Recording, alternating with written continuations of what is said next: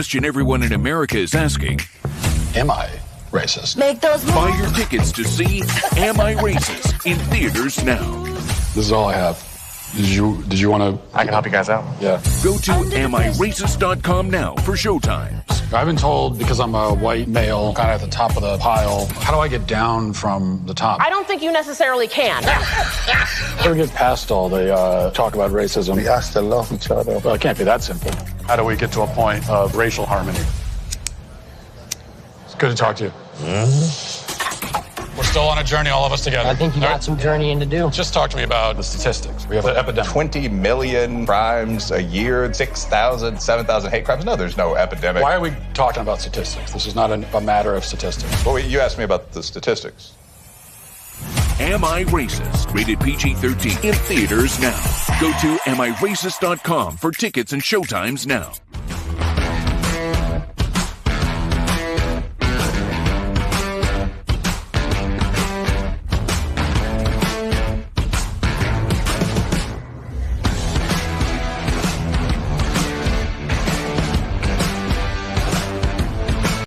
All right. We have made it to Tuesday, guys. Got another big-time show planned for you. Andy Staples, a.k.a. The Stapler, will be here to talk some college football week 4. But first, last night, Kirk Clutchins comes up again, baby. Falcons winning the division, I tried to tell you before the year. But let's get down to the granular. Have we gone too far with the analytics on whether to kick a field goal or not? Kick the field goal in the first quarter. I'm pretty sure the analytics told you to kick it. No, the analytics never say kick it. That's where you're wrong. Never. That's Never the trick. once. Not one time have I ever been watching a football game where they're like, the analytics say you should He's punt. right. That, I did hear something I hadn't heard before. They said last night the analytics said slightly you should go for it. What? Slightly. I didn't hear that part. You should go for it. Yeah, that was said. Some Were you watching the version of that. traditional broadcast or the Manning cast? I watched the traditional one. I'm a traditional type. The cat. Manning cast when Belichick was on was pretty solid. Oh, when Belichick's on, it's really good. But seriously, like, dude, it's the first quarter. It's like 4th and 5. First drive? Like, take the points. It cost you at the end. This just seems like one of those fads. Like that all y'all watched Moneyball, and then somebody came up with the idea they could trick y'all.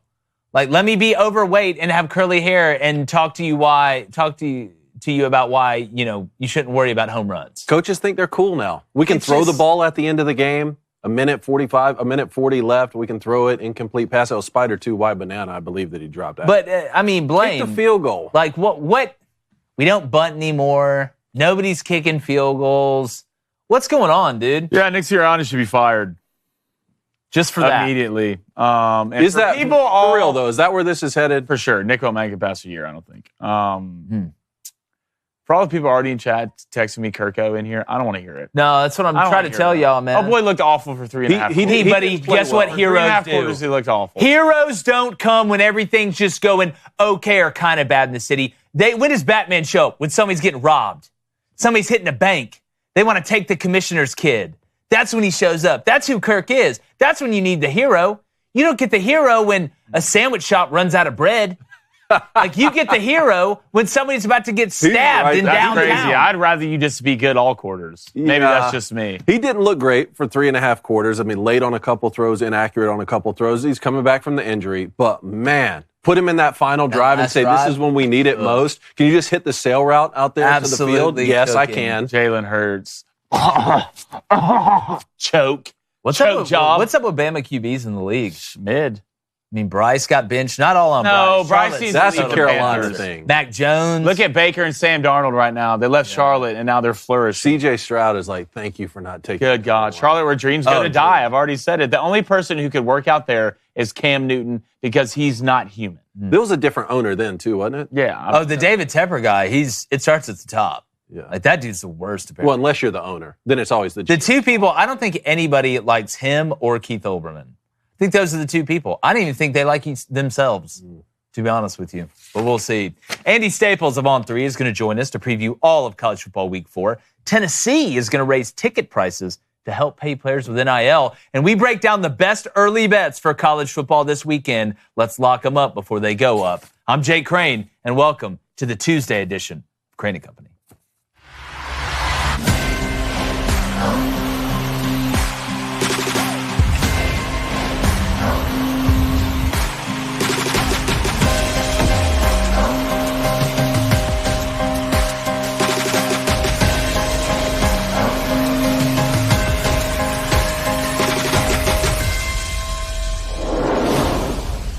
Bipolar is defined as a disorder associated with episodes of mood swings ranging from depressive lows to manic highs. And I don't know a better way to define the Auburn and Arkansas football series, at least in my lifetime, whether it be Fred Talley running wild out of nowhere, the Hogs being the best 11 a.m. Jefferson Pilot team to ever walk the face of the earth, Auburn surviving incredible breaks like spiking the ball backwards, or blowouts by the lesser team coming into the game. This series is harder to predict than a weather in a beach town. Not a lot of people know that mixing Auburn and Arkansas football together are actually the two main ingredients to make a Four Loko.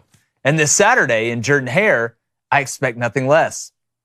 These teams find themselves in very different stages of building.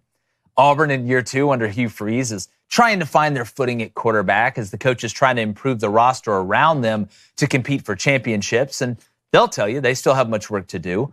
Arkansas and head coach Sam Pittman are trying to turn around what's been a disappointing tenure so far by a guy who many thought would bring Arkansas to prominence. A road win by the Hogs in this game would start healing the wound of blowing the game at Oklahoma State at warp speed and would be a big step forward in Sam Pittman remaining the captain of the ship. They'd sell a lot more Razorback nuggets, too. A win for Auburn could show this team may be capable of more than many think after disastrous performance against Cal in week 2. Either way, something crazy is going to happen because that's just what this game is. And like you, I can't wait. Let's walk into the asylum together. Speaking of the asylum, they let another one out. David Cohn, former Michigan quarterback, and my brother, Blaine Crain, former Western State Colorado wide receiver. David, when you look at this... Hold on, what's on your mind? I haven't heard the word Four Loko. Oh. You said it, my body. Oh, dude. You haven't had a hangover. Oh, you think poison. wine hangovers are bad? Poison. You think... I'd love to see Z-Biotics fight Four Loko.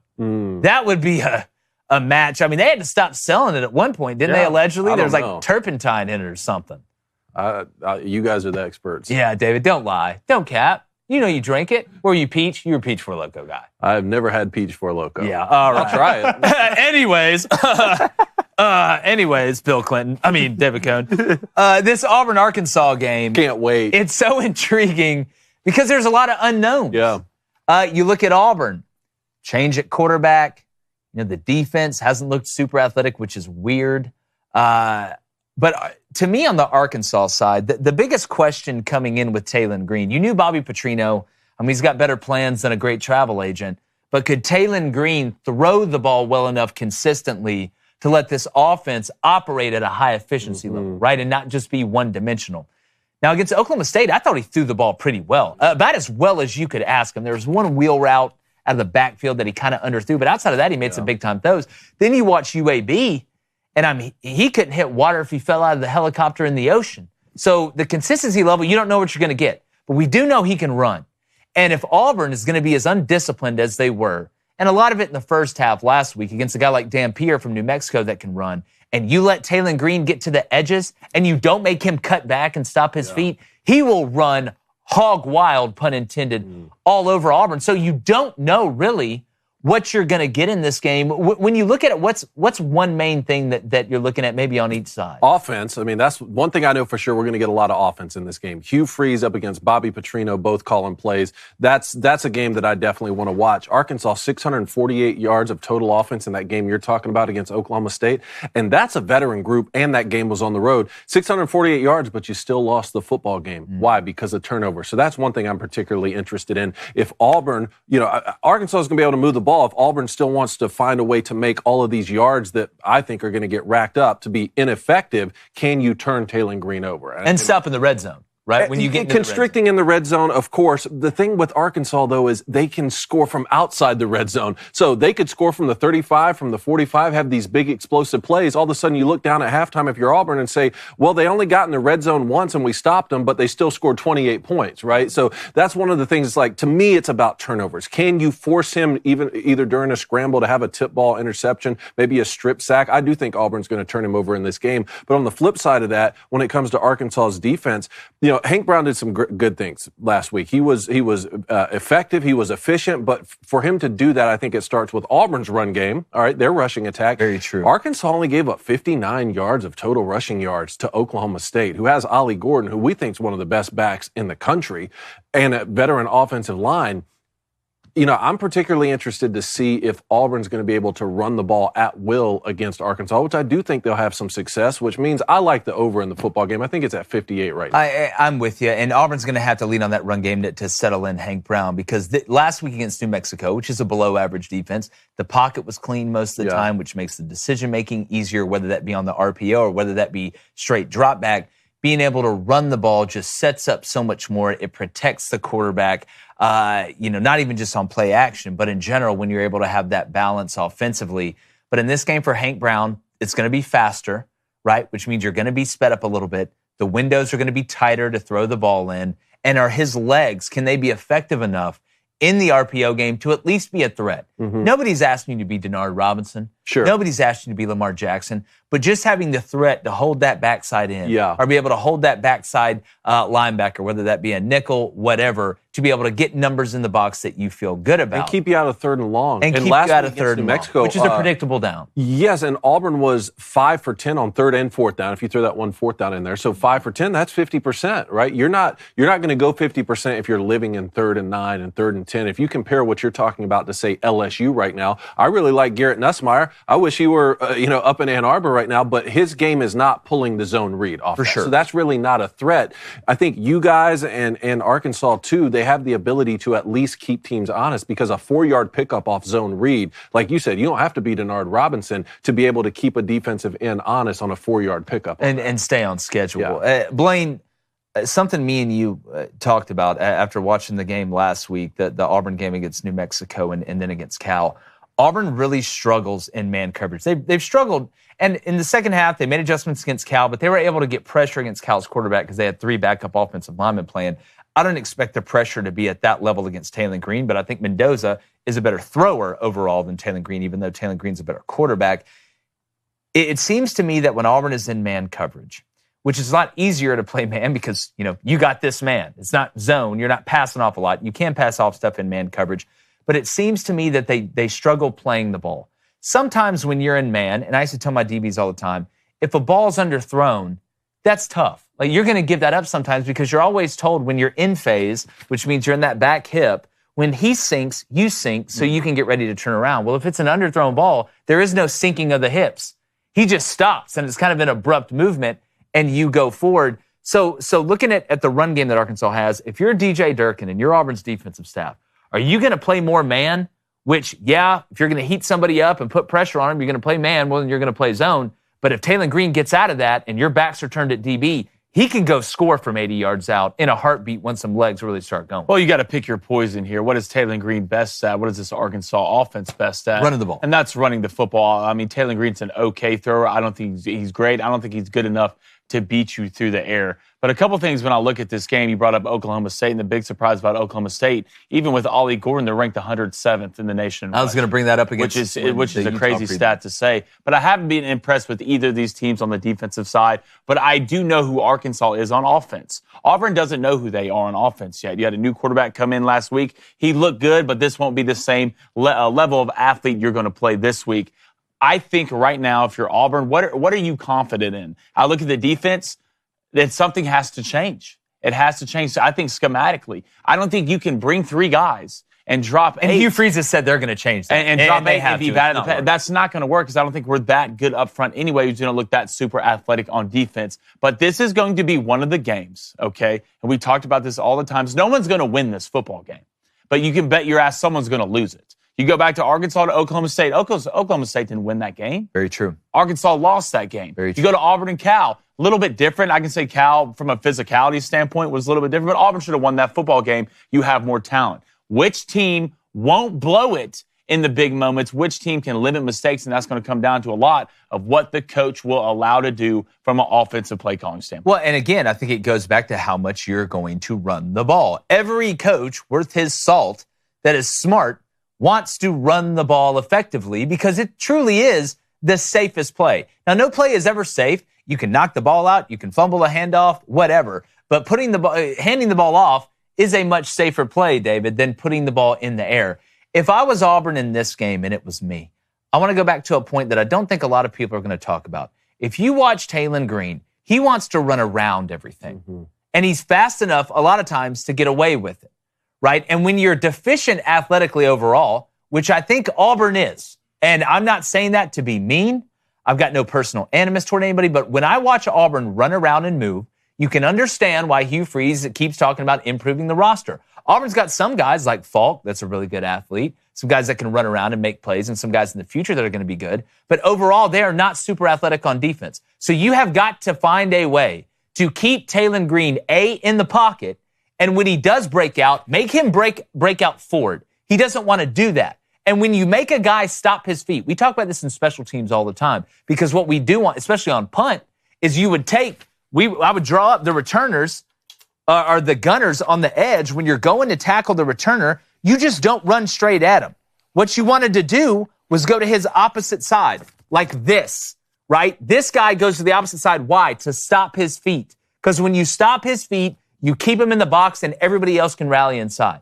Auburn has got to find a way to rush the passer in this game and not over-rush him to let him go underneath and then outside, but also not allow him to break contain. And that is a very hard thing to do when you are going full speed. As somebody who, we're all fans of somebody, wants Auburn to win the game, make him stop his feet. That will turn 20-yard QB scrambles into 6-yard QB scrambles. And then he can't run out of bounds. He's going to have to take a hit or slide or whatever. So I don't think a lot of people are going to talk about that, but that's something that needs to be talked about. I wonder if Bobby Petrino will use some speed sweep Q power, which is a Hugh Freeze staple. I would. Which we saw even Peyton Thorne having success against Georgia last year in that. Lenore Sellers this past week, that was his big touchdown, right? Speed sweep quarterback up the middle to sort of offset some of that. Exactly. For Arkansas on defense, the question I was going to ask you is, given how well they did stop the run against Oklahoma State, and Auburn didn't have a great rushing performance against Cal. How much do you think Arkansas is looking at that Cal game to implement some? Well, I think, and it's a great question. Against Oklahoma State, you knew, and we use this term all the time, you were going to have to funnel resources and load the box and try and let Alan Bowman beat you. And their strategy was working. The problem was you threw a pick six and dropped the punt when it mattered. So in this game, if I'm Travis Williams, who's a former Auburn linebacker, I wish he was playing this weekend for Auburn, what I would do is I'm going to find if I can beat you with an even box.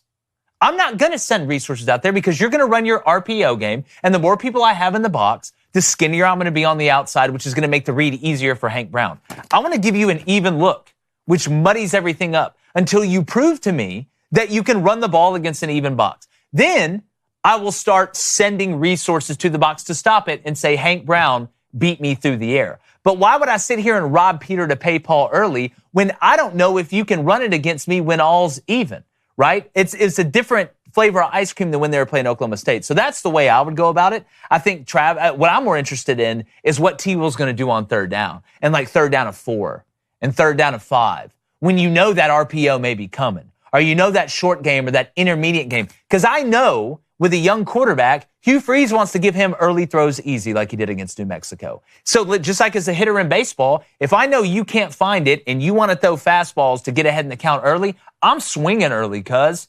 I'm swinging out of my socks at the first fastball I see you groove right down the middle. I'm trap coverage. I'm jumping stuff underneath, right? I'm going to make you prove to me that you're a next level thinker already at this point. So it's going to be a nice chess match. We want to know what you think in the chat. If you want to bet on this game, we like the over. We're going to get to our early bets that we like. We've been really successful with those.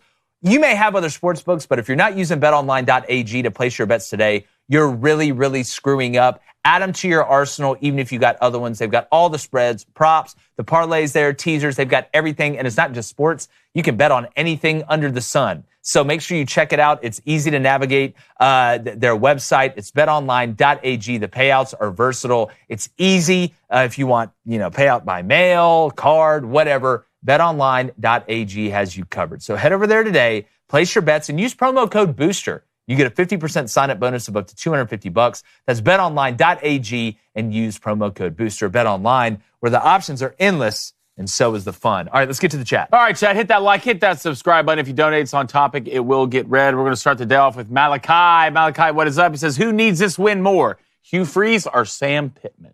You know, I was actually talking about this on SEC Unfiltered. I don't think he's released it yet with our buddy Chris Phillips over there. I think it's Auburn. For this reason, Hugh Freeze and them are still trying to build the house and accrue momentum. Right? There was a lot of momentum in the offseason with recruiting. Up really until the Cal game, everything was pushing in the same direction, positive. And it's still positive for Auburn. I'm not saying it's all stopped.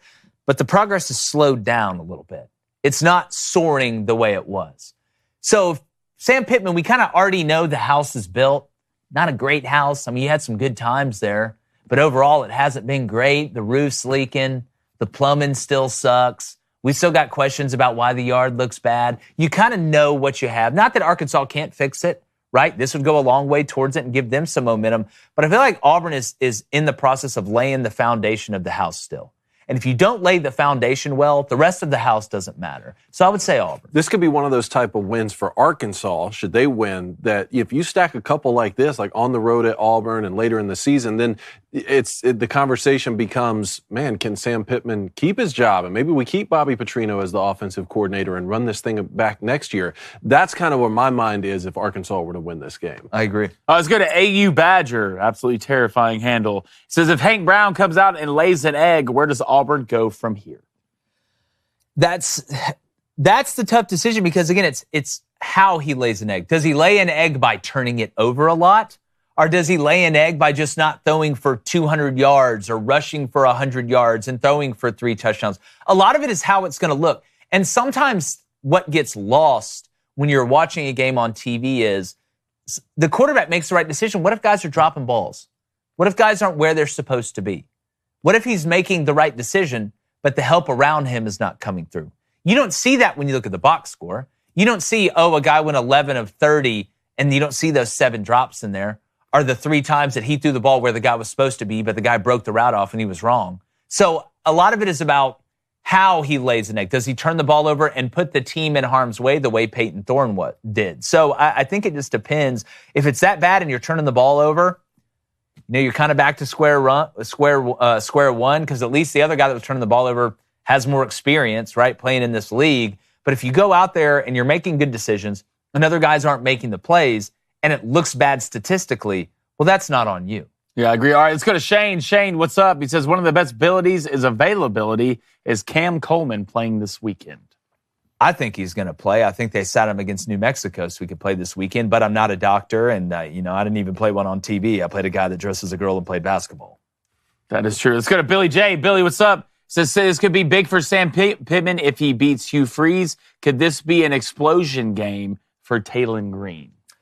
With Auburn, with Auburn's lack of athleticism on defense, I'm not saying Auburn has like just FCS level players across the board. There's some FCS level guys that are really good. It's just to be dominant or to be above average. The scheme only goes so far, right? A lot of coaches have looked really bad. A lot of good coaches have looked really bad because the players weren't good enough. A lot of bad coaches have looked really good because they had better players. At the end of the day, it's about the cats on the field. Football is a game that's won by players while coaches watch and talk about it. So DJ Durkin can have the best plan of all time. It's just like the Army. You can have the best battlefield invasion plan of all time. But if your guys can't shoot, you ain't going to win. So it just is what it is. Let's go to AU Fam. He says, when's the last time have you seen our defense look this bad? Athletically, it's been a while. I mean, last year, the defense was more athletic. Now, some of it is some of these guys are young. And when you're young, you think and you look slower and you play slower. Obviously, when you know what's going on and you have experience, you play faster. But Auburn just looks slow to me. Slow and couldn't change direction. And Dan Pierre's a good athlete. You're going to run into good athletes. But this Arkansas team, and I'm telling you, the Haas kid at tight end for Arkansas is an NFL player. That's another guy to keep an eye on because that is a matchup nightmare. Nightmare. And Bobby Petrino knows that better than anybody. Nobody knows tight ends like Bobby P. All right, and that goes for everything. But I don't know. I haven't seen how unathletic. I haven't seen an Auburn defense this unathletic in a while. But all right, let's move on because there's another big game we got. Well done. Oklahoma State taking on Utah. It's in Stillwater. This is one of the biggest games we were talking about preseason in the Big 12 for a couple reasons. One, Oklahoma State has to play Kansas State the week after they play Utah, and Utah doesn't play Kansas State. So there's a lot riding on this game. Obviously, Cam Rising sat out last week for Utah. His status uncertain right now for this one. Well, David, during the offseason, I picked Oklahoma State to win this game. I thought, this would be a tight game. It could go either way. I got Utah winning the league, but I thought they would drop this game. We talk about how you adjust to the adjustment, right? It's not just how you adjust when you get in. It's how do you adjust when they adjust to you. Oklahoma State returned, 20 starters on both sides of the ball. Heisman hopeful Ollie Gordon. Quarterback that's shaky, throwing the ball consistently in Alan Bowman. Him and Cam Rising, the combined age of the quarterbacks in this game is 49 years old, which is incredible. The combined age for the Colts and Bears Sunday is 44. Yeah, so just to put that, it's the Life Alert Bowl. But coming into this year, we all knew what Oklahoma State could do. And Oklahoma State's got a really good wide receiver room. I don't think people realize how talented Stribling, Owens, they got some guys that can really player, do it. Man. But Oklahoma State, like Blaine brought up, is 100 and something in rushing. They have, we go to the Arkansas game, Arkansas kept them in it, but they're still scoring 40 points a game, which means that Alan Bowman, while he's still not the greatest thrower of the ball, has shown improvement, and they are a threat to throw the ball, especially deep, right? That's where they take a lot of their shots. It's fascinating because this game is the opposite of what I thought it was going to be. Teams have been loading the box against Oklahoma State and daring Bowman to beat them, and he has at some point. But the reason I like Utah in this game is they're not going to be overwhelmed going on the road. Arkansas, I felt like, was in uncharted territory. Like, wow, we're playing good, we're beating this team on the road, and you find a way to lose the game. This Utah team's old. They're not going to do that. Cam Rising is not going to do that. He's not going to put the ball in harm's way. Utah's going to stop the run, and I don't think they have to load the box. This is my whole point. I think Utah can slow down Ollie Gordon without having to do what Arkansas did and what these other teams have done. Because you'd be dumb not to do what other teams have done against Oklahoma State. But now we're to the point where they've proven they can score on the outside with these wide receivers. Why would you not, with Tafuna and some of the guys that Utah has, say, just like I was talking about Arkansas defensively, why would I not play an even box and be like, we're going to try and stop Ollie Gordon with our guys. You got Barton, you got a linebacker crew that's really good, and make Alan Bowman have to actually not throw against just single coverage, have to really make him work to push this ball down the field and consistently make throws in tight windows. And I don't think he can do it. Then on the other side, I don't think Oklahoma State can stop the run. It's wild. Oklahoma, the best team in the red zone in the country is right now, offensively? It's Utah. Oklahoma State is top 10 in the red zone, defensively. So that's where the push is going to come to shove here. And I think Utah is going to find a way to be able to score touchdowns in the red zone as opposed to kicking field goals or turning the ball over. So this matchup is not like I thought it was going to be going into the year, right? Because Oklahoma State's having more success throwing the ball than I thought they would, even though teams have loaded the box. But if I'm Whittingham and I'm this defensive side of the ball in Utah, you're going to have to prove it to me, dog. Like, we're just going to go even. We're going to play you straight up. I think Utah, again, I think they control the line of scrimmage. The pass protection has been good for Oklahoma State, but I don't know, man. My gut's telling me Utah here. You got the lines on this game in front of you? Yeah, it opened up 2.5 Oklahoma State, -2.5. It's now flipped. Utah is now favored 1.5. It opened up -2.5, and that was just because of the uncertainty of Cam Rising. I would think. He's going to play. And now it's known he's healthy and he will be playing. I mean, you look at this game, Jake, and you hit some phenomenal points. One thing I look at is its identity to me. I know who Utah is. Mm-hmm. Utah knows who Utah is. Every time you talk about Utah, what do you talk about? When they were in the Pac-12, it's physicality, right? They were the outlier. They were the difference, and that travels no matter what conference you're in. I don't think Oklahoma State knows who they are.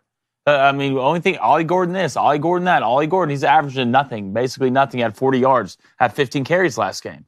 I trust Utah in big games, and I trust Cam Rising not to make the mistake at a key moment because he's experienced and he's been there. If you can stop the run with an even box, which Utah can because of physicality of Utah, and you can run the ball and put the game situations on your quarterback, I don't know how you don't like Utah in this football game. Yeah, obviously we can talk about Cam Rising for an entire episode because if Cam Rising plays, I like Utah big. If he doesn't play, it gets a little bit more interesting to me. We were talking about Ollie Gordon, and this happened a little bit last season. Remember, no one was talking about Ollie Gordon at the beginning of the year because he really wasn't even getting the football. Then all of a sudden he reels off like 4 or 5 games in a row, 200-plus rushing yards and starts to get everyone's attention. At some point, like, I don't care if they're stacking the box or not. If your identity is to run the football, you need to be more effective than 100. But David, when they were stacking the box, he was making that he was breaking 2 tackles and then getting out. They're not doing that. Exactly, and they're not doing that right now. We'll say one thing though that works in Oklahoma State's favor. Utah without Cam Rising, I know it's different when you're playing. Was it Isaac Wilson? I think it was Zach Wilson. It's Zach Wilson's little brother. He was efficient too, but dude, he didn't look bad. He didn't look bad. On the defensive side, though, they did give up 21 points to Utah State, and that's a Utah State team that USC beat 48-0. So, wondering a little bit, are we going to see this week, like Utah's defense shows us that, oh yeah, we were that physical team in the Pac-12 that won back-to-back. Yeah, well, Utah State got them deep in the vertical passing game. Yeah. That's where they got them. So again, that's another reason why if I'm Utah, if we struggled a little bit against Utah State on the deep shots, I'm not stacking this box early and getting butt naked out here on the edges with the Cats Oklahoma State guys, and Alan Bowman just got to throw it. 40-year-old Alan Bowman just got to throw it as far as he can down the field and let somebody run under it. One more point to put a bow on this for Utah. I don't think Cam Rising, and they've had some really good players, has had this level of receiving ability around him. I think his average depth of target, when I was looking at the numbers, is almost 13 yards. That's a lot. Like, that means you're letting that thing fly past the first down marker a lot. You got Dorian Singer. You got Keithy. You got Money Parks. You got Landon King. I mean, you got some guys that can really stretch the field, which opens up everything underneath. So I think that's made Utah much more dangerous. Yeah, they're able to run the ball. It's Utah. They're going to be able to run the ball. But now having that caveat of at any point in time, I can put Dorian on the 9 route. I can put Dorian on the post. I can put Dorian and Money together, and we can go post wheel. We can go poco. We can do whatever we want. That's what would scare me as a defensive coordinator, that now you have that you got that last infinity stone if you're Cam Rising. So I like Utah. It was great to see Brant Keithy healthy again. I know, man. People forget Brant Keithy himself was ahead of Dalton Kincaid. He's playing with the Bills right now. And you talk about how effective Utah is in the red zone. They're one of the few programs in the country who can legitimately go out on the field and line up in 14 personnel. Yeah. They got 4 tight ends who can all play at the same time. When you're on the 15-yard line and defenses are able to restrict in the low red zone, that's an effective tool to be able to utilize. Very true. All right, let's get to the chat, then we're going to get these bets. All right, let's go to the Cam fan. What's up, brother? He says, do you trust Utah enough with Cam Rising's injury to bet on this football game? Well, I think there's 2 ways to look at it. One is Cam Rising has had trouble staying healthy, especially in big games. Right? He's basically a part-time employee, if we're going to be honest. Yeah, he's been there for 8 years, but he works 3 days a week. But he's still really good when he works. Right? He's really good when he works. But on the other hand, you've played so much without him at quarterback. If he does get hurt, you really don't panic. Like, the other guys are kind of used to this. Well, Cam's out like 50% of the other time. So, yeah, it hurts you. You want your best players out in the field. But I think, again, this is where Utah and why it didn't matter if they went from the Pac-12 to the Big 12, from the Pac-12 to the Big 10, from the Pac-12 to the SEC. They would still find ways to win because they're physical up front. Don't get lost with all the ornaments on the tree. Remember why the tree survives, right? It's because of the roots. That's what the line of scrimmage is. They're good in the front 7 defensively. They're good and doggish on the offensive line. That travels. It's like rebounding in basketball. It travels, man. It don't matter where you play or when you play. If you can rebound the basketball offensively and defensively, you're going to win a lot of games regardless of how you shoot the ball. So I think that's kind of what one of Utah's best, perks, I guess, would be. Let's go to a $5 donation from Cowpoke Ranch. What's up, brother? He says, in my opinion, Oklahoma State has the hardest 2 weeks in college football right now. Utah this week and then on the road at K-State next week. I believe we can sweep. I think before the season, you'd be right. I don't know, man. I'm not as fired up about Kansas State as some other people are. I think the future's I like Avery. I still haven't seen enough of them throwing the ball consistently for me to feel good about it. Against, and I'm not talking about to beat teams they're better than. I'm not saying Kansas State is an average team, but a lot of people like Kansas State winning the Big 12 and having Will Howard's gone, they push him out the door because this Avery Johnson guy's a phenom. Avery's nice, and he's going to get even better. He's still a young guy. But right now, consistently, I don't think Kansas State is the threat. This BYU game, they'll probably go up there and win it because BYU will turn it over 4 times. But don't sleep on this Kansas State at BYU game this weekend. Mm-hmm. Like, I don't think that's just a gimme if BYU just doesn't turn it over. The defense did have a good performance against Arizona. You know, to hold that offense to 7 points, I thought was pretty effective. And yeah, Avery Johnson has all the tools in the world. When you watch him run or throw, you're like, oh yeah, that's what it's supposed to look like. I think he's got a little ways to go. And that's what you expect, right? But being able to win while you do, it's a great thing. All right, we're going to get back to the chat. The phone lines are going to open here in 12 minutes, 1-855-236-3228. By the way, please, if you're here, you haven't subscribed, hit that subscribe button. It's really, really easy to do. Helps out everybody. You may agree with us, you may disagree with us, but we're glad you're here. Without you, there is no us. David, let's start off. What are a couple bets you like early this weekend? I got about 10 here, but here are the 5 that I've already placed. Michigan, Southern Cal, under 46.5. Now, remember when the Michigan-Texas line opened, it was 45.5, and I said, hey, jump on that thing while it's still hot. It went down to 44, 43, 1 each day until game day arrived. It was 41.5, and the final score, that was what, 32-12? So depending on when in the week you got that under, it mattered. I like the under 46.5 for that game. I've got the over right now for Auburn and Arkansas, 58. We just talked about all the reasons why. I think there's going to be a lot of offense. I think that offense from both sides is going to lead to a lot of overtime points. In this? Yeah, let's go to overtime. Let's go to triple overtime. I want to see more football. Hugh Freeze, Bobby Petrino, over 58. Louisville, Georgia Tech, under 57.5 right now. How is that only a hook under the Arkansas Auburn over-under? These are 2 pretty good defenses, too. I know Georgia Tech didn't look great against Syracuse, but they're going to have a plan in Louisville. I mean, hell, it's the most defensive teams back-to-back years I've ever seen. Oh, Ron English. So you and Blaine and I were talking about that one. I'm not sure why that's 57.5 right now. I've already put in for the under. Penn State, minus 30.5 in the first half against Kent State. I like that. Who Tennessee was just up on 65-0 at halftime. I just worry late in the game, maybe Penn State steps off the gas, backdoor cover, whatever. 30.5 in the first half. I like that one. And I got Tennessee minus 6.5 right now. Man, I'm following you on a couple of these. First off, I got Clemson minus 20.5. I got it at 15.5 when it opened against. This guy got it at 13. I'm going to take it all the way up to when it gets to 24. NC State starting C.J. Bailey. Grayson McCall not starting in this game, going against this Clemson defense. Obviously, Clemson has found something. It's amazing how much easier it is to find something when you don't have to play Georgia's defense, unless you're Kentucky, which they still only scored 12 points. Penn State, I got them at minus 48.5.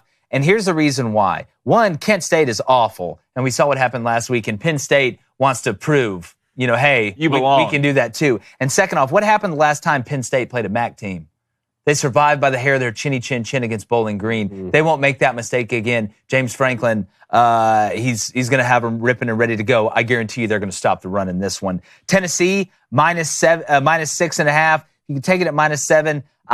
Oklahoma's going to put up a fight. I just don't see over 4 quarters how Tennessee doesn't win this game by a touchdown. I don't think you'd be crazy to maybe buy this up to 9.5 if you want a little extra juice going your way. Then Ole Miss TTP. I'm riding these until they stop. Against Georgia Southern? Okay, against Georgia Southern, over 49.5. That's going off at minus 135. They want a 50-piece. I think Blaine brought up a good point. I don't think Ole Miss played that great last week, and they still scored a lot and beat Wake Forest so bad that Wake Forest doesn't want to go to Oxford and play. I don't blame them. Then Colorado, minus 2 at home against Baylor. Yes, please. There's only going to be a few times where Colorado can stalemate up front, and it comes down to whose skill players are better. This is one of them, and news alert, newsflash, Colorado's is way better. They may beat him to death. Dave Aranda's on his way out. Can't wait to see him go be the DC somewhere big. And then Oregon State, minus 5.5 at home, coming off the ass beating of a lifetime against Oregon, against Purdue, which if you've watched Purdue, it's more like Purdue because they don't tackle anybody. So give me Oregon State minus 5.5 with McCoy at quarterback. I think I said I got confused between Jabari with a G and Giovanni with a G the other night. Sorry, you guys. Yeah. Either way, it didn't matter if it was Jabari, Giovanni, G-Unit, or Ali G. Y'all got beat to sleep against Oregon. God, I love all of y'all's bets, and I actually have some of the same. To be honest, Clemson and NC State spread opened at 12.5.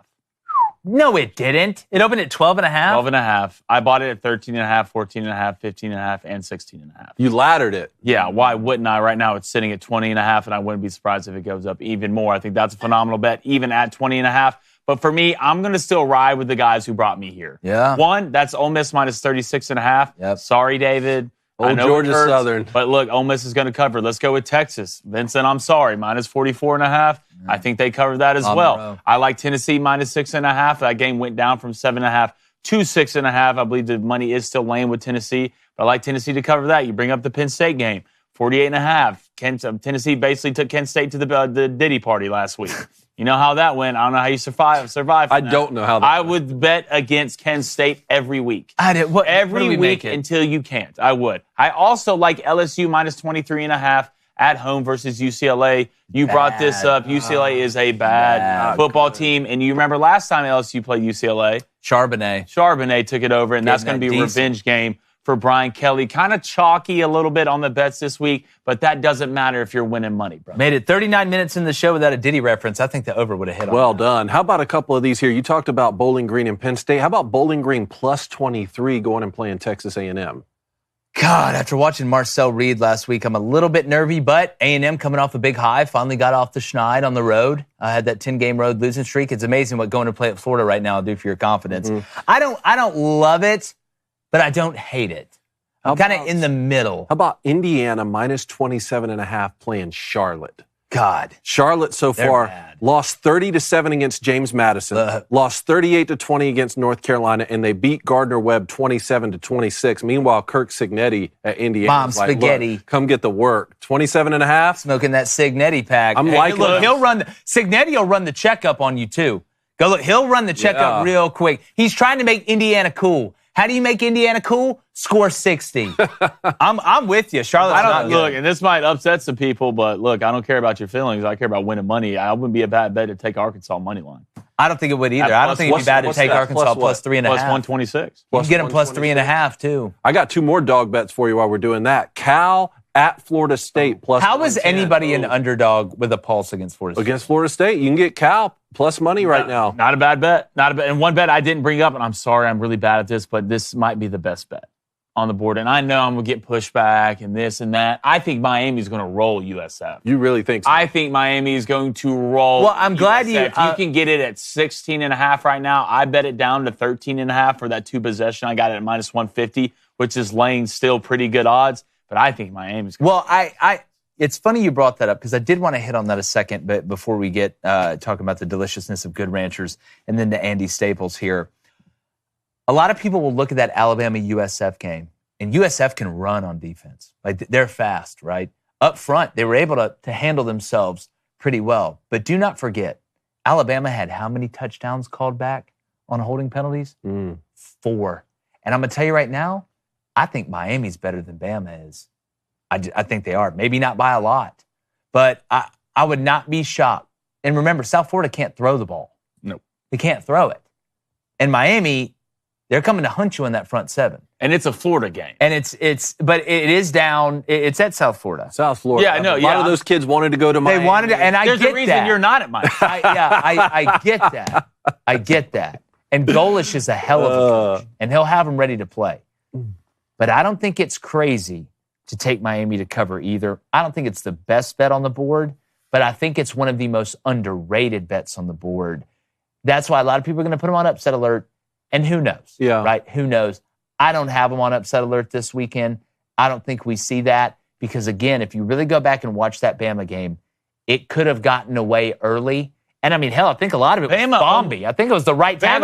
He held more than a Swiss bank account. Bama almost covered with like 4 minutes and left. they were up by 1 at the beginning of the fourth. Remember, not only the 4 touchdowns called back, but 3 turnovers as well. So South Florida won the turnover battle 3-0 and still lost 42-16 because Bama scored on 4 straight drives in the fourth. I think South Florida is a good team. This is a good game for Miami because you get to go play an opponent like this who's a good football team on the road, get tested before a lot of ACC play, and defend yourself against what could be called a trap game, but without going and playing an opponent who's so good that, you know, they could. I do think the better question is, and you look at UCF, they got that win against TCU on the road late. You could make an argument these may be the 2 best teams in Florida that are playing each other. Because, again, I still got to see more out of UCF, even though KJ Jefferson really did come on. Sorry to our UCF fans out there.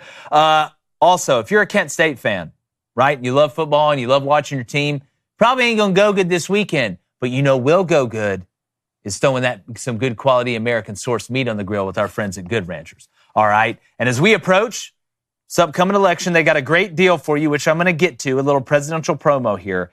But whether it's ribeyes, whatever type of steak, they got wild-caught seafood, chicken, Angus ground beef.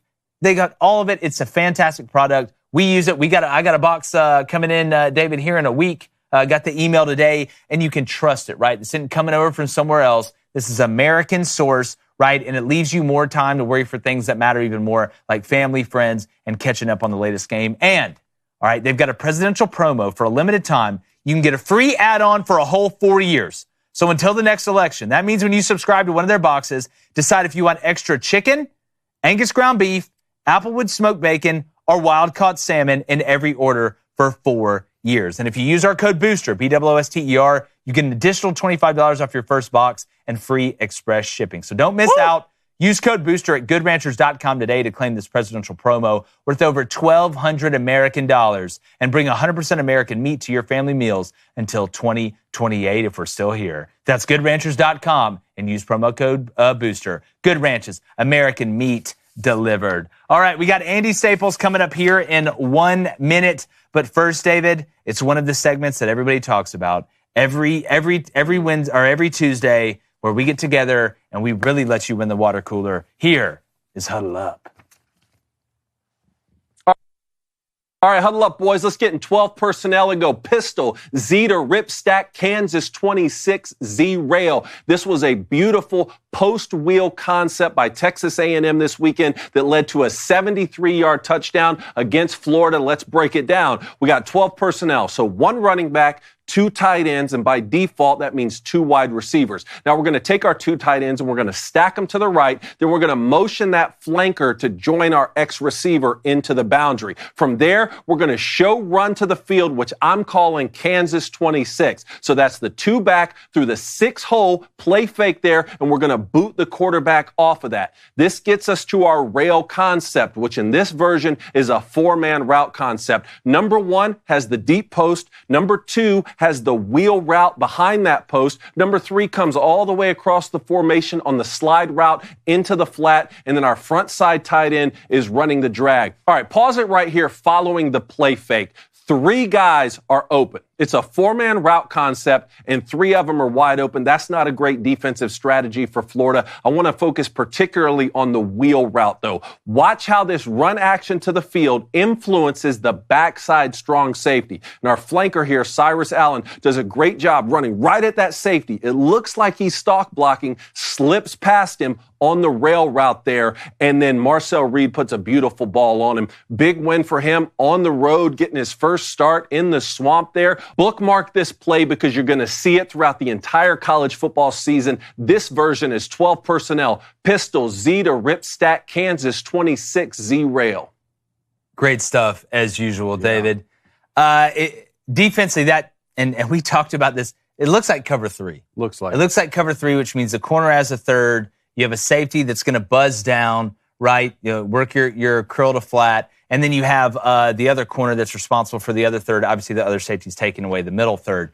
What happened there was no pass off. Mm-hmm. And I think because it was so sped up, because the safety that was coming down didn't get his hands on that guy that was pretending to stock block. Because if you look, what should have happened is that corner is responsible for a third. Right when you realize that you have post wheel, you understand that wheel is going to become yours. It's a zone coverage. And that post is going to go to the middle of the field safety. And one way to find out whether it's man or zone for our people at home to win the water cooler is watch the corner's eyes. It's called zone eyes and man eyes. If their eyes are in the backfield, which a lot of time is working Q to number 2, right? Because you count 1, 2 at wide receiver, it's probably a zone coverage. If you're in man, especially if you're pressing, you're going to want to jump him a lot of times with one hand and press him, or you're going to bail out. Your eyes are on him. You got to see what he's doing off that release. So I thought again, it's not a bad call from Marston Armstrong in Florida. Y'all just screwed it up. The stock block ate you, and maybe that's why they did it, right? To try and speed up in the back end, because that corner should have not have kept going with the post. He should have passed it off. He should have what we call zone turn to the wheel, right? And then that middle field safety should have collected the post. And the guy on the bottom,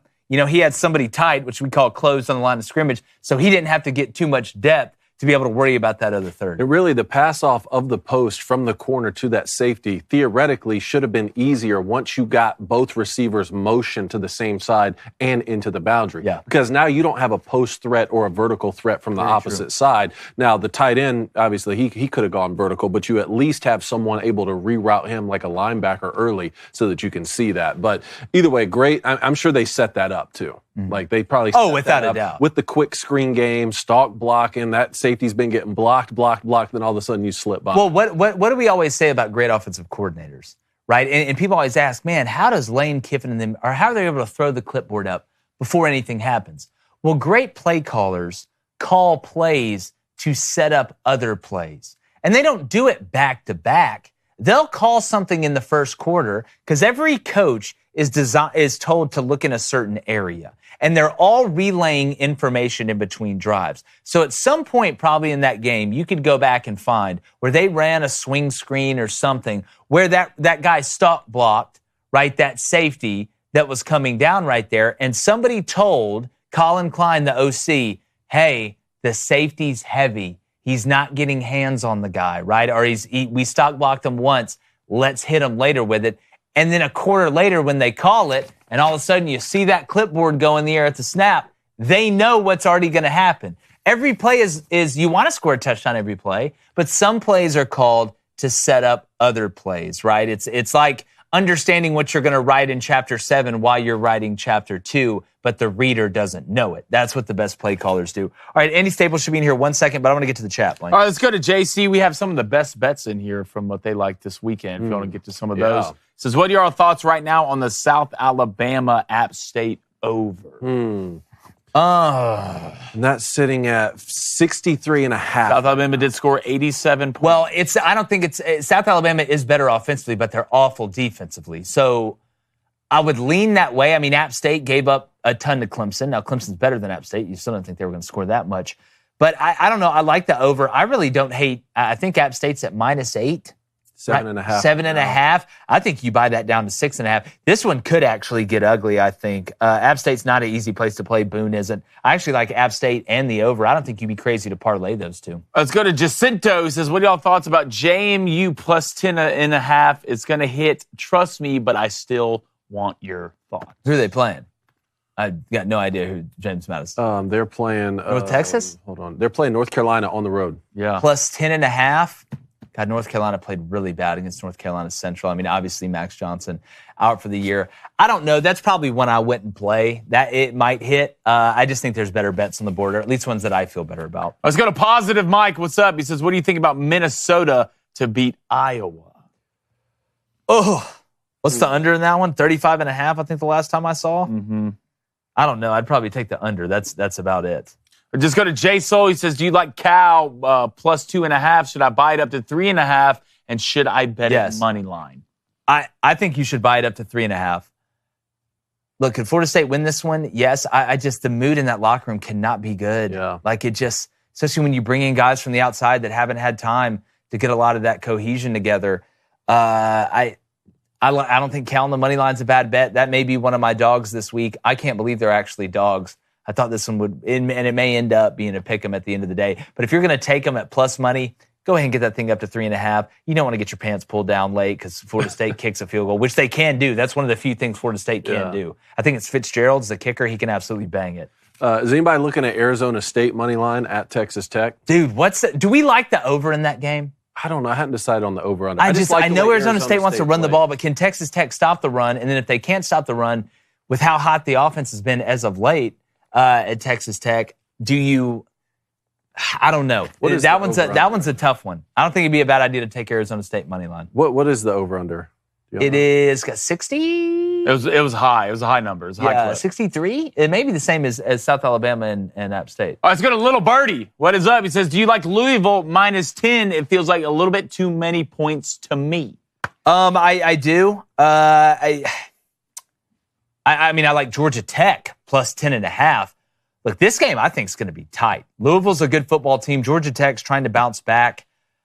10 seems high, But this is a game I'm not going to bet. I'm not going to take it on a personal or to tell you to do it on the show, just because, again, could it be something where, happens late, Haynes King goes down, something like that. It's going to be two good football teams playing each other. Let's go to a $10 donation from Blake Townsend. Appreciate it, Blake. You mentioned Alabama earlier. He says, man, I live in Pensacola, and I love y'all's show.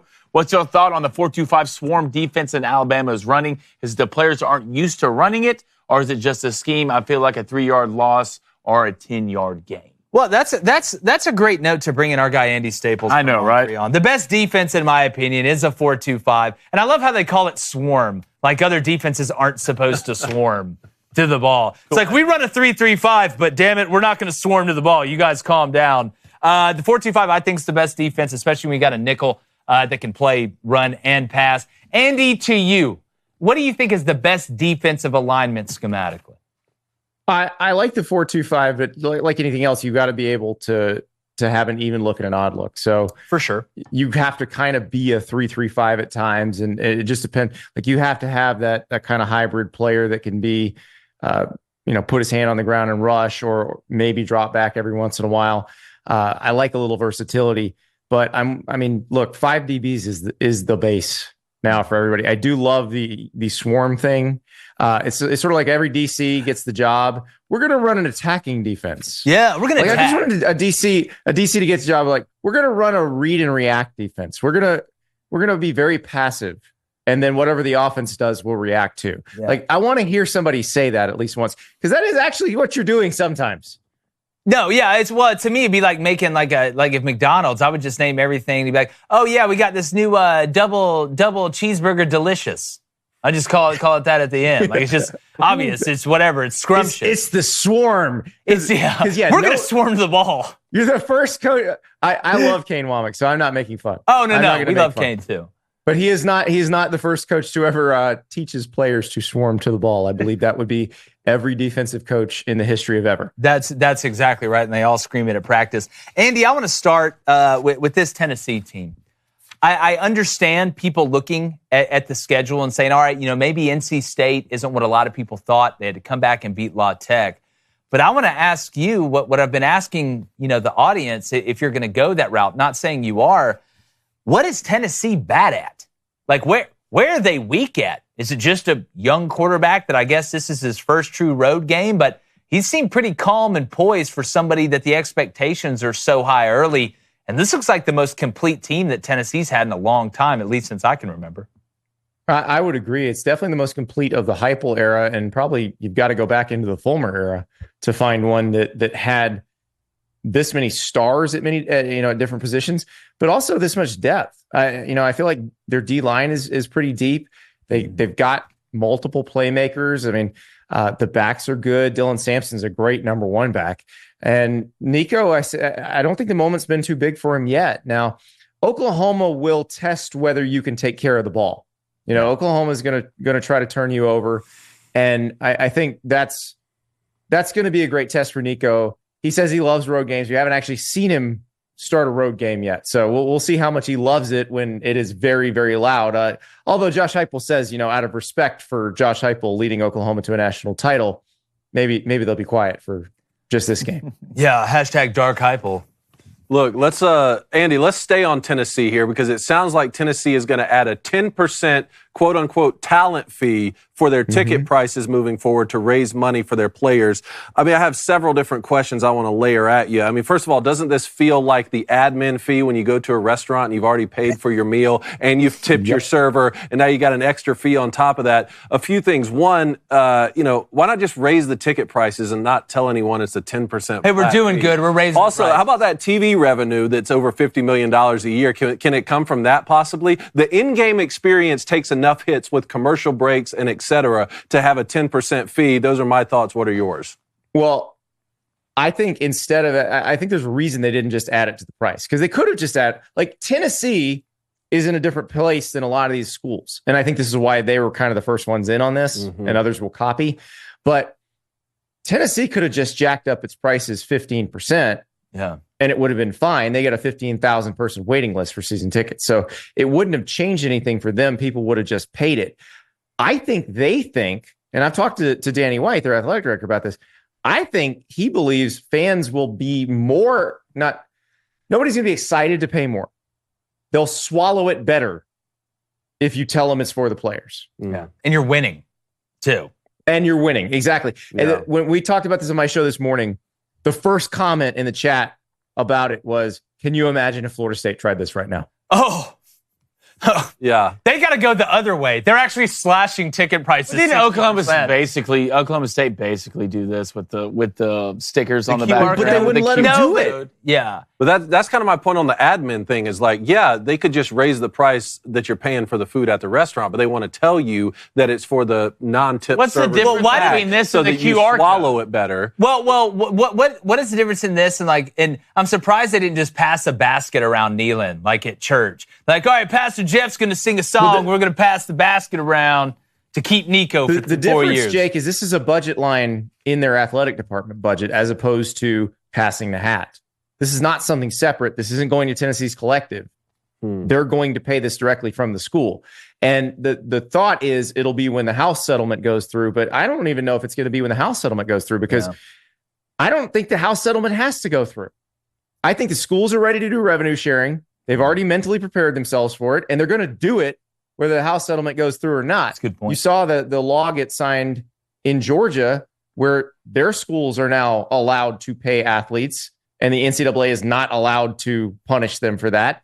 So we're already moving to that world. Like whether that House settlement goes through or not, the ADs and the people in charge are ready to move to the world where the schools pay the players directly anyway. And there's a reason for that. They are sick of trying to beg their big money boosters to fund those collectives. And the big money boosters are really sick of funding the collectives and then also getting hit up. Oh, hey, we're going to put some new boxes in the stadium. We're going to need you to pay for that too. They're done with that. Like they are burned out. So eventually you're going to see this just be a budget line. And like you guys were saying, the TV money is going to contribute to it.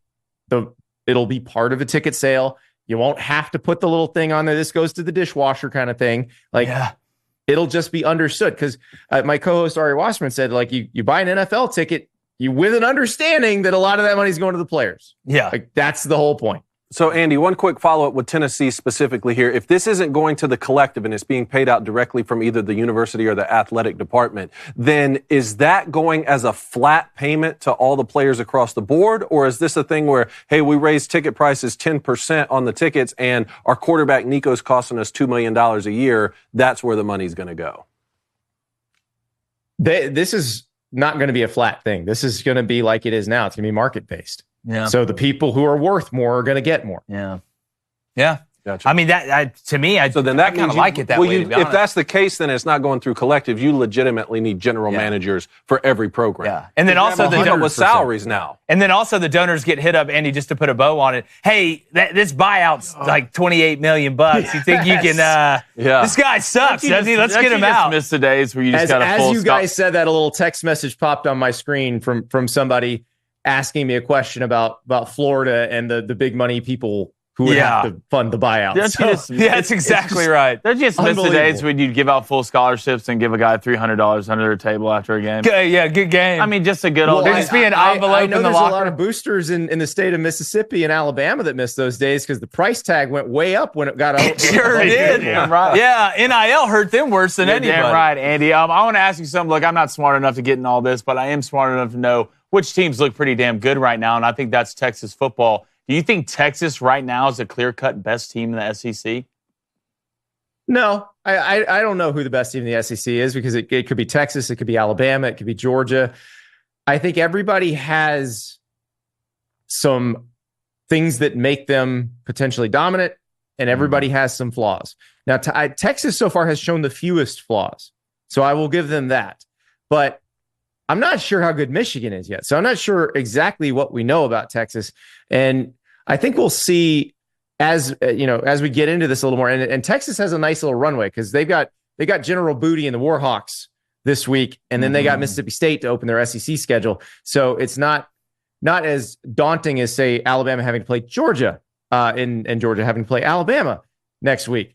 But I think we're going to find this out here in the next few weeks, but I do like the way the Texas roster is put together. I think you've seen that even though they lost Devondre Sweat and Byron Murphy, it has not really hurt their defense that much. They had some pretty good players like Broughton and Collins that were already there, but they also, I think their edge rushers are really good too. I love their offensive playmakers. Their offensive skill talent is like Georgia's issue you saw against Kentucky. They don't have receivers that really scare you. Pretty much all of Texas's receivers scare you. Mm-hmm. And that is a huge weapon. And Andy, I do want to ask you, I know they both got bye weeks this week. It's going to be one of the biggest games that we have all year next week, Georgia going to Alabama. I wanted to ask you, just from a Georgia perspective going into this game, which worries you more? Because I think it's what you just brought up that worries me more. Georgia, when everybody in the world knew that Kentucky could really only run the ball, and they're not that great at it, even though they got their offensive line coach back from Alabama that kind of got them where they were, and not being able to stop Kentucky consistently. I mean, there was really no edges on the line of scrimmage that whole night. I thought Kentucky held their own. They only gave up 12 points, but they can't throw. They're like Zoolander. They're not ambi-turners. They can only do one thing, and it's the same look. Or is it Georgia's inability to hit explosive plays?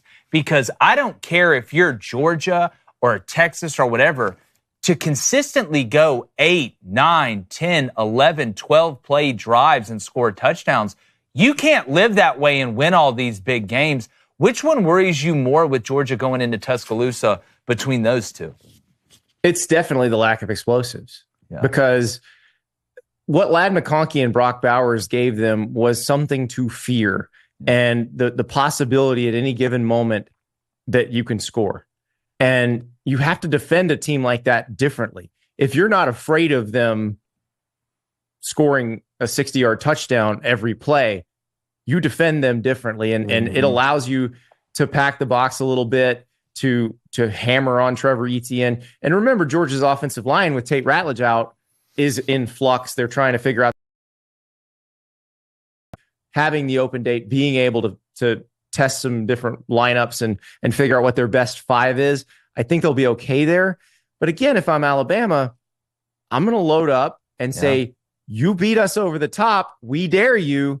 And if you can't, then we feel pretty good about this. Yeah, and swarm. So how do you guys feel about the lines right now? I mean, the smallest line is minus 2.5 Georgia. Biggest one, minus 4.5 Georgia. That's on the road to Alabama, and they showcased against Wisconsin. I think they lead the nation right now, Alabama does, in most explosive plays downfield. Yeah, well, I think, just quickly, if Alabama plays a clean game, if they don't get penalized like we've seen and they don't turn the ball over, with what we've seen from Georgia and that game being at home, I like Alabama right now, just looking at it. But, who knows when you have two teams loaded with NFL players? Is this a game where Andy Dominic Lovett breaks out and we see him have a couple, or Oscar Delp channels his inner Brock Bowers, except he just got more hair? The Georgia better hope so. Georgia better hope it's Delp or Ben Urosic or somebody does that because we haven't seen it yet. And I think we're learning how valuable Ladd McConkey was. And I think we learned that at the end of last season when he was dinged up too. But he changed how you defend them quite a bit. Now, obviously, Bowers was a tremendous weapon.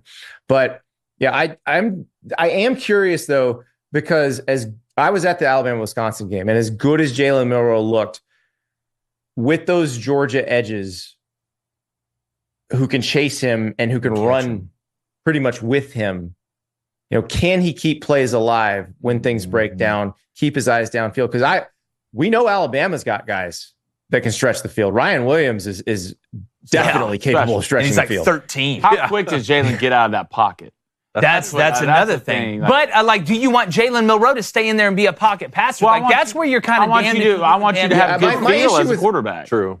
My issue with Jalen last year was I felt like he walked into sacks pretty frequently. Mm-hmm. Yeah. And that, that's the part I worry about with him staying in the pocket, because I don't know that he's obviously very athletic and very mobile, but his in-pocket mobility that's a different skill set than just being able to get out and run. True. Mm-hmm. And his instincts in there last year, it seemed, weren't always sound, where he would not feel the pressure coming and would, because sometimes you'll see those quarterbacks who kind of look like Peyton Manning never looked like he could move around at all. Mm. But if there was some guy bearing down on him, it would be like he sensed him and he'd just step up and throw. Yeah.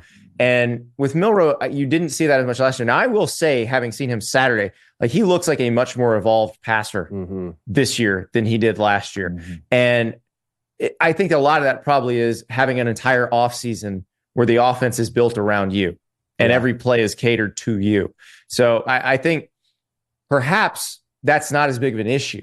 I just know that, I think back to the Arkansas game last year, first half of the Tennessee game, it felt like there were some sacks that didn't have to happen. The Michigan game, the Rose Bowl is another example, that there were some sacks that didn't have to happen.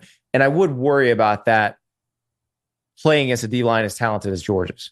He is freakishly accurate with the football down the field, which is kind of unusual for a guy who can be inaccurate in the intermediate pass. Very true. But I think it's such a huge point on moving in the pocket. You talk about Peyton Manning and Dan Marino, Tom Brady. Extending the play from within the pocket is a real thing. Those are three of the slowest guys you'll ever see, but in the pocket, I mean, they move better than anyone. Well, we always say the best quarterbacks are somewhere in between Bob Ross and Jackson Pollock, but somebody who's always really good, Andy Staples. Andy, loving the show with you and Ari, man. Tell everybody where they can find it. Thanks for taking some time for us this week, man. I know, like us, for you, it's the craziest time of year.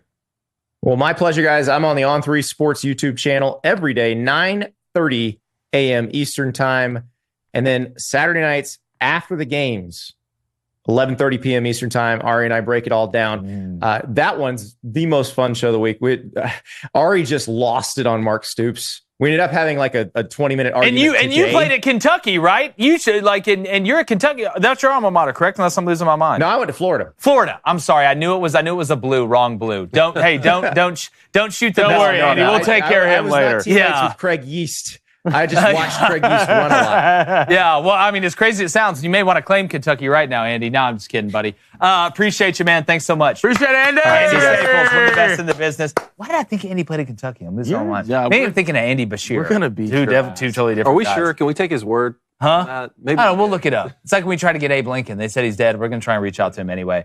Speaking of reaching out, we're going to get to calls in 1 second, guys. I know we're running a little bit behind, but if you're struggling with back taxes or unfiled returns, the IRS, they added 20,000 new agents because they hate all of us, and they're sending millions of demand letters. You don't want to handle this alone. You need a team around you, all right? And that's where Tax Network USA comes in. When you sign up, they'll make sure all the activities such as garnishments, levies, and property seizures are halted. Nobody likes a seizure, whether it's properties or in general. The second, if you haven't filed in a while, if you need amended returns, they got you. If you're missing records, they can find them.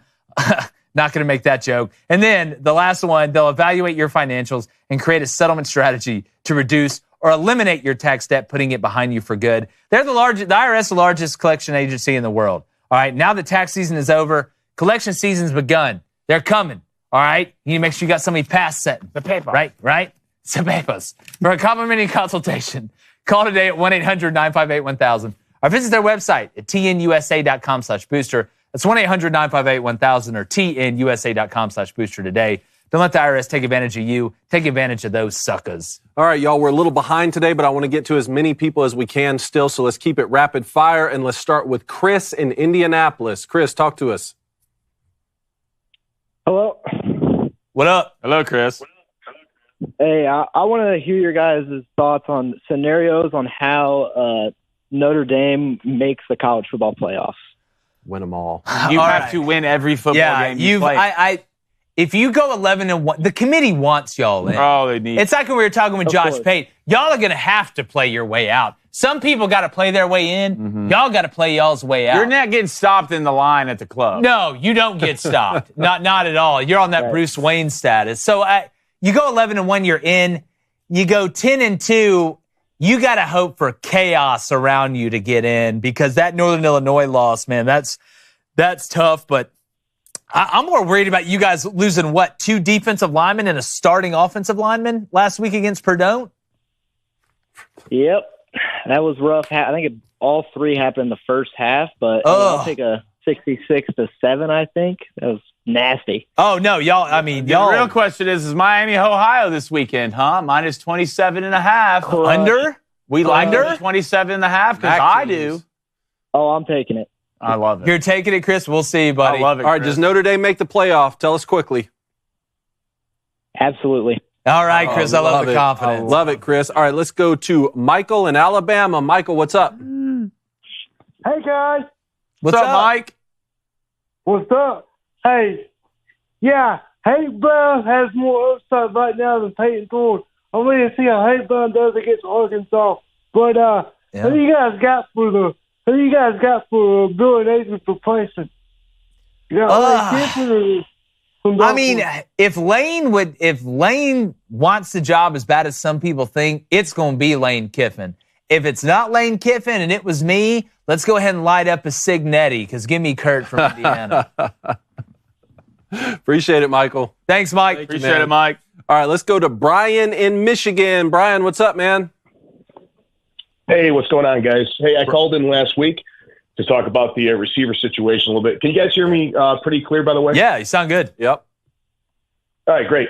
I love the show. Second time caller. Just wanted to I wanted to share some observations that I had on the quarterback situation for Michigan, and then I wanted to see if you guys agree or disagree. So I think if they put Orji, they're going to obviously start Orji this week. And I think if he goes in there and he doesn't perform well, if he throws a couple of picks and Michigan gets down, if the coaches don't give the 5-star Jaden Davis an opportunity to get in there and see if he can have some success, I think that the Michigan team and its players could start to lose some faith in the coaching staff, and they're going to think that they're not doing what's best for the team and putting them in the best position to win. I know he's a freshman, but at the same time, I seriously think it's like some coaching malpractice for them to not try to give him the opportunity if they've exhausted all their other options. Jack Tuttle's not going to work. Orji's not going to work.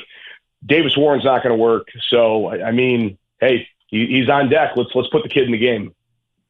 You think the team will turn on that even more if they see it? Wouldn't he have already been in the rotation?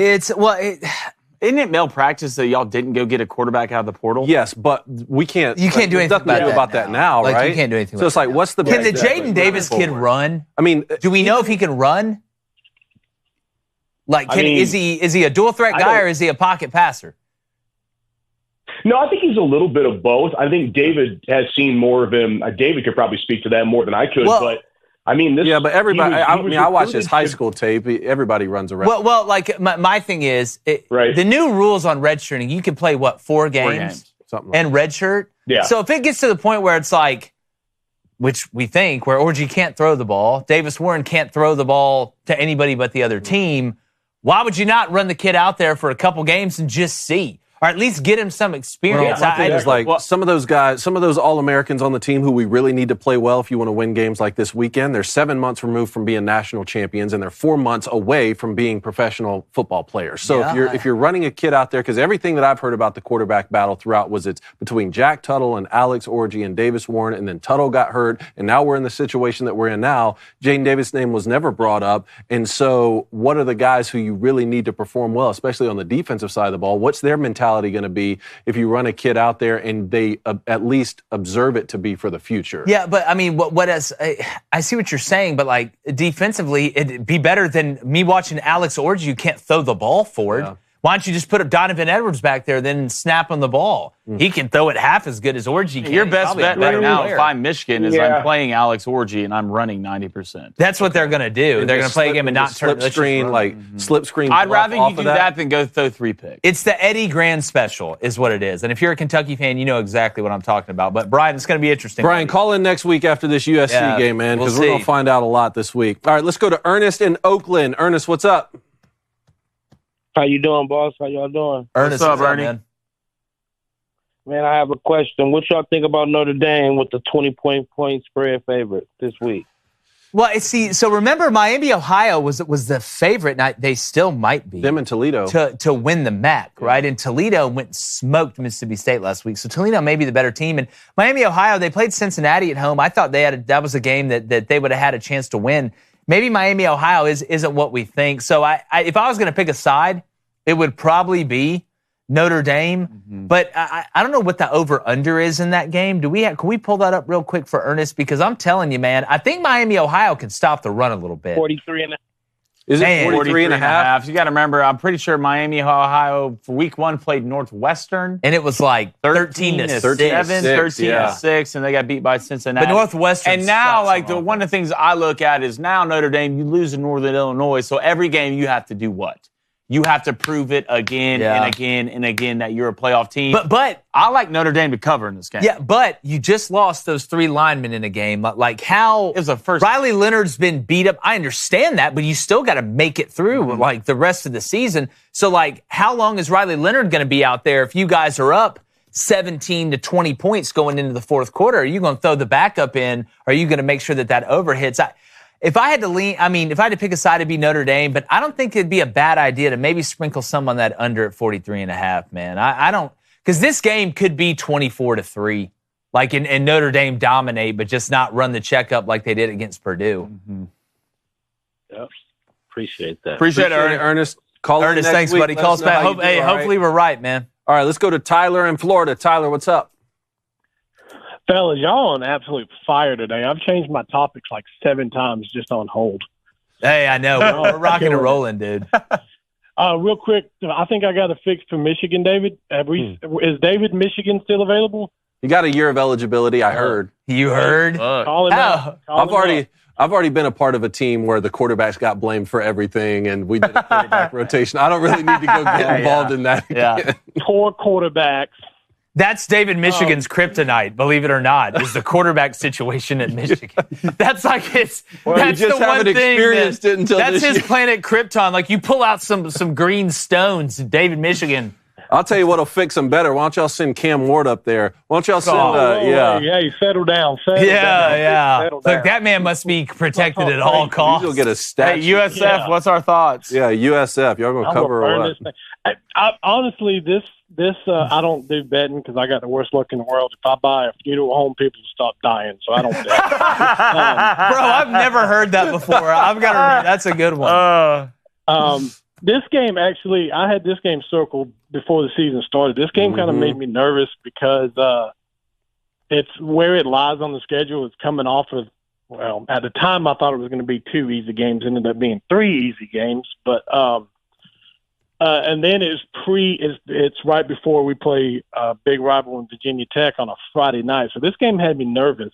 So I'm still feeling a little – I'm not used to Miami being good, so I'm still nervous. Well, it's this, we've been mediocre for 20 years, so I'm still Scott, is that rate going to pop up and hit us in the face at any moment? Well, if you've ever seen the movie Little Giants, there's always that one time. It just worries you. The time when Rick Moranis raised a boy on Cherry Street or whatever. Like, he lost 9 out of 10. And then he shrunk those kids. Yeah, then he shrunk those damn kids. Don't be nervous. Appreciate it, then Tyler. He shrunk Blew this one baby up. Yeah, he made the one baby huge. Rick's just out there. His face looked nervous. Thanks, Tyler. Call in next week, man. All right, quickly, let's get to Addison in Indiana. Addison, we got like 15 seconds here. It's like, don't take Signetti. I guarantee you this is what this call is. Addison, what's up? No. Michigan State here. I can't thank you boys enough for taking the door off our hands. Oh, God. Oh, man. I tell you what, it's how do you like Aiden up there, though? He's young and raw, but I think we've got a lot of upside with him coming up. And the cannon that he's got.